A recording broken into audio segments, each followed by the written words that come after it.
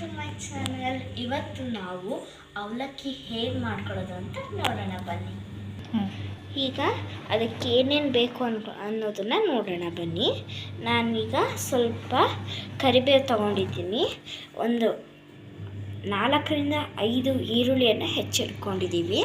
ಜೊತೆಗೆ ಒಂದು 3ರಿಂದ 4 ಹಸಿಮೆಣಸಿನ್ಕಾಯಿ, ನಿಂಬೆಹಣ್ಣು, ಜೊತೆಗೆ ತೊಳೆದಿಟ್ಕೊಂಡಿರೋವಂಥ ಅವಲಕ್ಕಿಯನ್ನು ಕೂಡ ತಗೊಂಡಿದ್ದೇವೆ. ಈಗ ಮಾಡುವ ವಿಧಾನ ಏನೆಂದರೆ, ಒಂದು ಪಾತ್ರೆಗೆ ಎಣ್ಣೆಯನ್ನು ಹಾಕ್ಕೋಬೇಕು. ಒಂದು ಅರ್ಧ ಸ್ಪೂನ್ ಸಾಸಿವೆಯನ್ನು ಹಾಕ್ತಿದ್ದೇವೆ. ಆಮೇಲೆ ಒಂದು ಅರ್ಧ ಸ್ಪೂನ್ ಜೀರಿಗೆಯನ್ನು ಕೂಡ ಹಾಕ್ತಿದ್ದೇವೆ.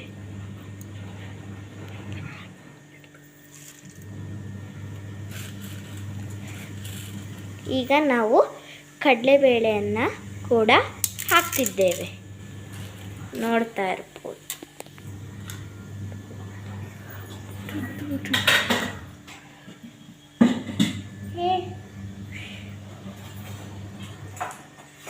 ಅದು ಚಟಪಟ ಅಂತ ಸಿಡಿಬೇಕು. ಈಗ ಅದನ್ನು ನೀಟಾಗಿ ಫ್ರೈ ಮಾಡ್ಕೋಬೇಕು.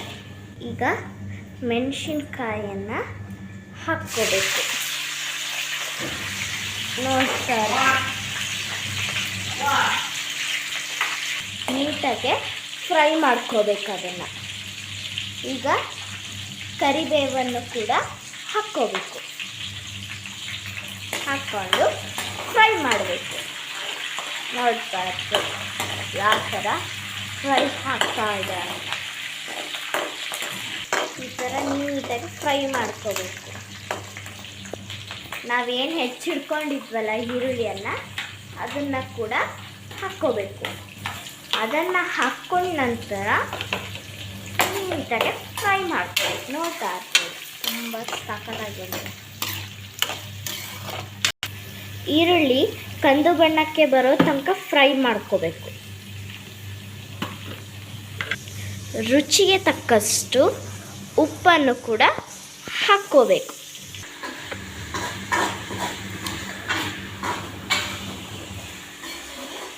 ನೀಟಾಗಿ ಫ್ರೈ ಮಾಡ್ಕೋಬೇಕು. ನೀವು ಕೆಲವೊಬ್ರು ಕೇಳ್ತಿದ್ರಿ ನಿಮ್ಮ ಮಮ್ಮಿನ ತೋರಿಸಿ ಅಂತ. ನೋಡಿ, ಇವರೇ ನಮ್ಮ ಮಮ್ಮಿ. ಇವ್ರ ಹೆಸರು ಲಕ್ಷ್ಮೀ CS ಅಂತ. ಇವರೇ ನನಗೆ ವಿಡಿಯೋ ಮಾಡೋಕ್ಕೆಲ್ಲ ಹೆಲ್ಪ್ ಮಾಡ್ತಾ ಇರೋದು. ಒಂದು ಚಿಟಿಕೆಯಷ್ಟು ಅರಿಶಿಣದ ಪುಡಿಯನ್ನು ಹಾಕ್ಕೊಳ್ಬೇಕು.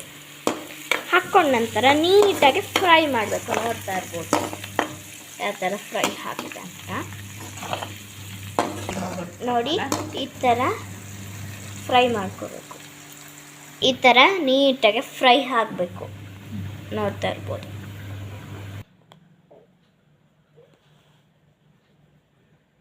ಈಗ ನಾವೇನು ನೆನೆಸ್ಕೊಂಡು ಇಟ್ಕೊಂಡಿದ್ವೋ ಅವಲಕ್ಕಿನ ಅದನ್ನು ಹಾಕ್ಕೊಳ್ಳೋಣ ಬನ್ನಿ. ನೋಡ್ತಿರ್ಬೋದು ಹಾಕ್ಕೊತಾ ಇದ್ದೀವಿ. ಇದಕ್ಕೆ ನಾವು ನಿಂಬೆಹಣ್ಣನ್ನು ಸಹ ಹಿಂಡ್ಕೋಬೇಕು. ಈಗ ಇದನ್ನು ನೀಟಾಗಿ ಕಲಿಸ್ಕೋಬೇಕು. ನೋಡ್ತಾ ಇರ್ಬೋದು, ನೀಟಾಗಿ ಕಲಿಸ್ಕೋಬೇಕು. ಈಗ ಈ ಥರ ನೀಟಾಗಿ ಕಲಿಸ್ಕೋಬೇಕು. ನೋಡ್ತಾ ಇರ್ಬೋದು ಯಾವ ಥರ ಬಂದು. ಓಕೆ, ಈಗ ನಾನು ಅದನ್ನು ತಿಂದು ಹೇಗಿದೆ ಅಂತ ಹೇಳ್ತೀನಿ.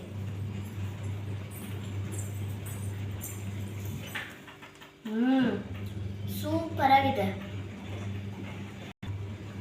ಈ ತಿಂಡಿನ ನೀವು ಟ್ರೈ ಮಾಡಲೇಬೇಕು ಫ್ರೆಂಡ್ಸ್. ಪ್ಲೀಸ್, ಈ ರೆಸಿಪಿ ನಿಮಗೇನಾದರೂ ಇಷ್ಟ ಆದರೆ ನನ್ನ ಚಾನಲನ್ನು ಲೈಕ್ ಮಾಡಿ, ಸಬ್ಸ್ಕ್ರೈಬ್ ಮಾಡಿ. Thank you.